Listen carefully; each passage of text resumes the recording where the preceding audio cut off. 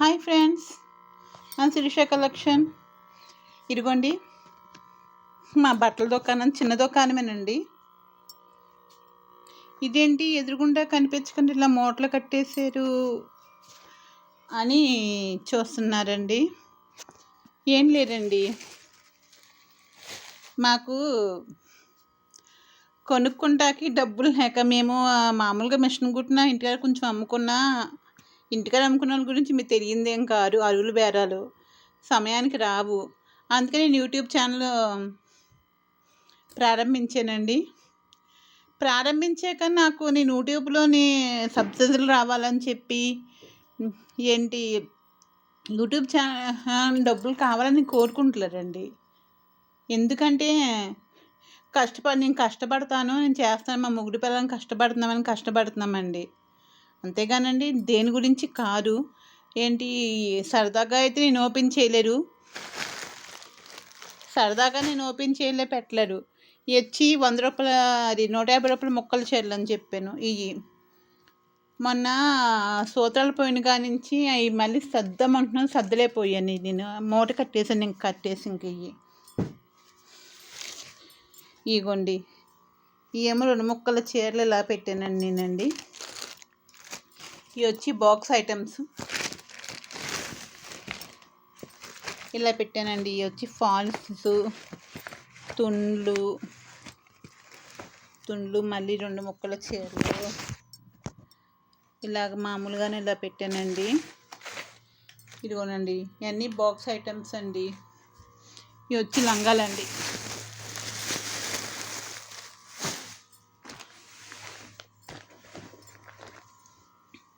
ఇవి వచ్చి నైటీస్ అండి. పైన కింద వచ్చేసి జాకెట్, కలంకరీ జాకెట్ మొక్కలు అవి అండి. ఈ సంచి వచ్చి ప్లెయిన్ శారీస్ అండి. ఇవేమో కాటన్ చీరలు అండి అన్నీ. ఇవి వచ్చి ప్లెయిన్ శారీస్ అండి.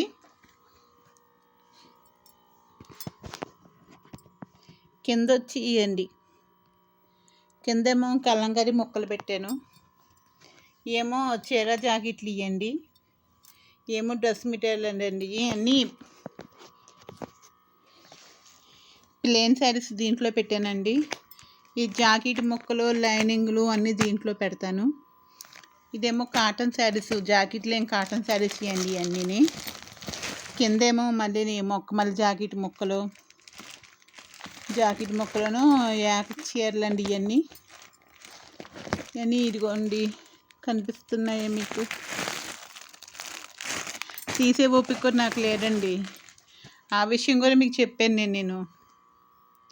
₹1 ఉంటే దేనికైనా ఉపయోగపడుద్దని చూస్తాను. నీట్గా చూపించాలి నాకు ఉంటుంది, కానీ నీట్గా చూపిస్తాకి, నీట్గా అలా బాక్స్లో అలాగా పెడతాకి చేస్తాకి మామూలుగా బాగుంటుందని అనుకుంటాం. నేను ఇళ్ళకాడ అమ్ముకుంటానండి. ఇళ్ళకాడ అమ్ముకుంటే డబ్బులు సరైన సమయాన్ని ఇవ్వరండి నాకు. ఒక్కొక్కరి దగ్గర చాలా అమౌంట్ ఉంది, సమయానికి ఇవ్వరండి. ఇదిగోండి ఇలాగ చేసుకున్నాను ఏర్పాటు అండి. సంచుల్లో పెట్టి ఇలా చేసుకుంటున్నానండి నేనండి. అదిగోండి మిషన్, ఇది మిషన్ అండి, మామూలు మిషన్. ఇదేమో జిగ్జాగ్ మిషన్ అండి. ఇదండి మేము కష్టపడుతున్నామండి. సబ్స్క్రైబ్ చేసుకోండి, లైక్ కొట్టండి, చెయ్యండి. మేము కష్టపడేది మా పిల్లల కోసం కష్టపడుతున్నాం. అందులో ఇంత ఇలాగా మేము పోగొట్టుకున్న వస్తువు అయితే రారు, మాకు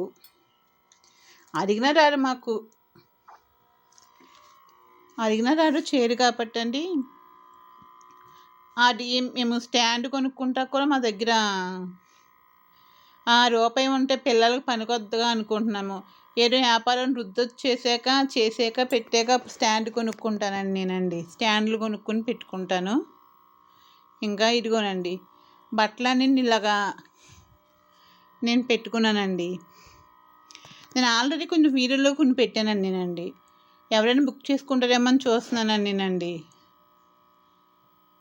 కష్టపడిన వాళ్ళకి ఎవరికి లైక్ కొట్టరు, సబ్స్క్రైబ్ చేయరండి. మేము అందరికి మళ్ళీ తయారవుతా కూడా తయారవ్వలేమండి.